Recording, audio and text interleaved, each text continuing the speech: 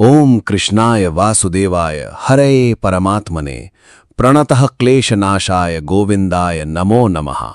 दोस्तों, क्या आपने कभी सोचा है कि आप रोज मंदिर जाते हो, दान करते हो, पूजा पाठ करते हो, फिर भी मन में एक खालीपन रहता है।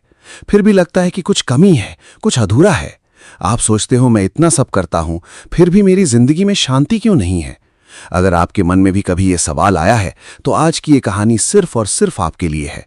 आज मैं आपको एक ऐसी कहानी सुनाने वाला हूं जो 2500 साल पुरानी है, लेकिन आज भी उतनी ही सच है जितनी तब थी।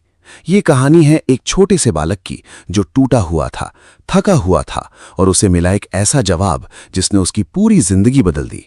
ध्यान से सुनिएगा, क्योंकि ये जवाब आपकी जिंदगी भी बदल सकता है। बात उस समय की है जब भगवान बुद्ध वैशाली के पास एक आम्रवन में विश्राम कर रहे थे। उस जंगल के पास एक छोटा सा गांव था। उस गांव में रहता था एक 12 साल का बालक जिसका नाम था आनंद। लेकिन उसके जीवन में कोई आनंद नहीं था। आनंद के पिता एक साधारण किसान थे। घर में गरीबी थी, मां बीमार रहती थी। गांव के बच्चे उसे चढ़ाते थे, देखो वो गरीब का बेटा आया।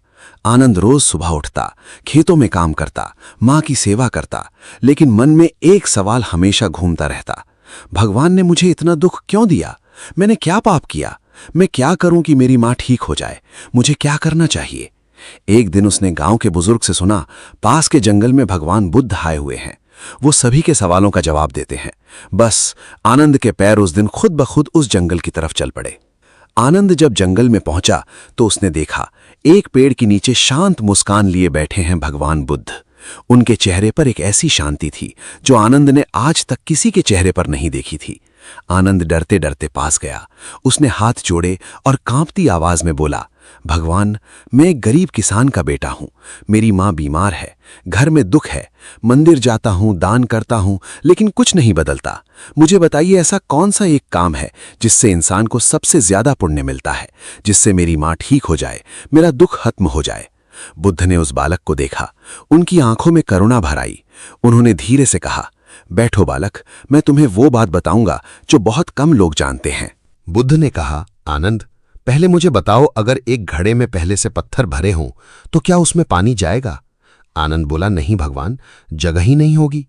बुद्ध मुस्कुराए, बिल्कुल सही। अब सुनो एक कहानी। एक बार एक धनी व्यापारी था।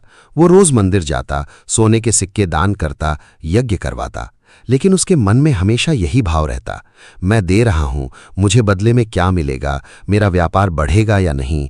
लोग मुझे अच्छा कहेंगे या नहीं? उसी गांव में एक बूढ़ी औरत थी। उसके पास कुछ नहीं था। एक दिन उसने देखा कि एक भूखा कुत्ता सड़क पर तड़प रहा है। उसके पास बस एक रोटी थी जो उसकी खुद की भूख के लिए थी। उसने बिना एक पल सोचे वो रोटी उस कुत्ते को दे दी। कोई उम्मीद नहीं, कोई दिखावा नहीं, बस एक भाव था, इस जीव को तकलीफ है।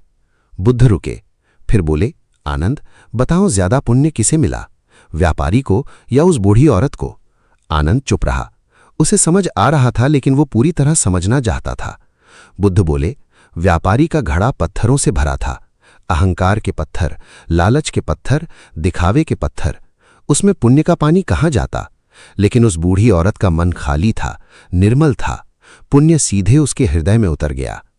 आनंद की आंखें गीली हो चुकी थीं। उसने कहा, भगवान, लेकिन मैं तो छोटा बच्चा हूं, मेरे पास दान देने को कुछ नहीं है, मैं क्या करूं? बुद्ध ने उसके सिर पर हाथ रखा और बोले, आनंद, एक और कहानी सुनो। एक बार एक राजा अपने रथ पर जा रहा था। रास्ते में उसने देखा कि एक कांटा पड़ा है जिससे किसी के पांव में चोट लग सकती है।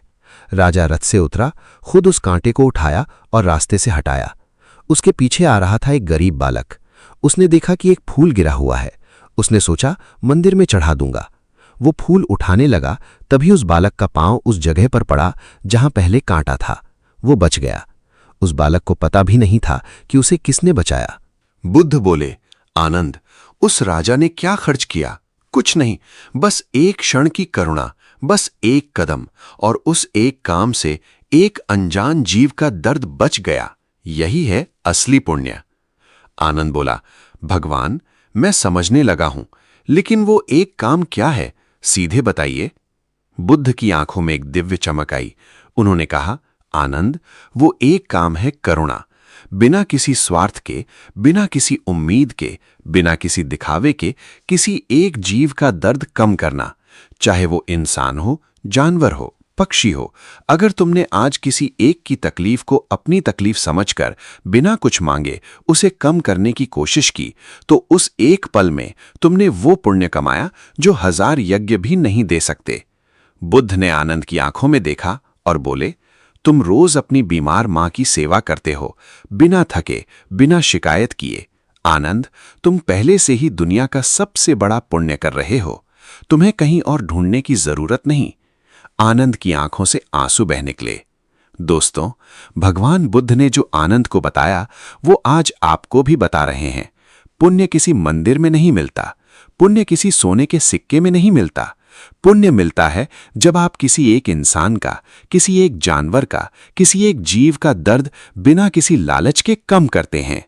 आज घर जाइए, अपनी मां के पांव दबाइए, किसी भूखे को खाना दीजिए, किसी रोते हुए को एक बार गले लगाइए।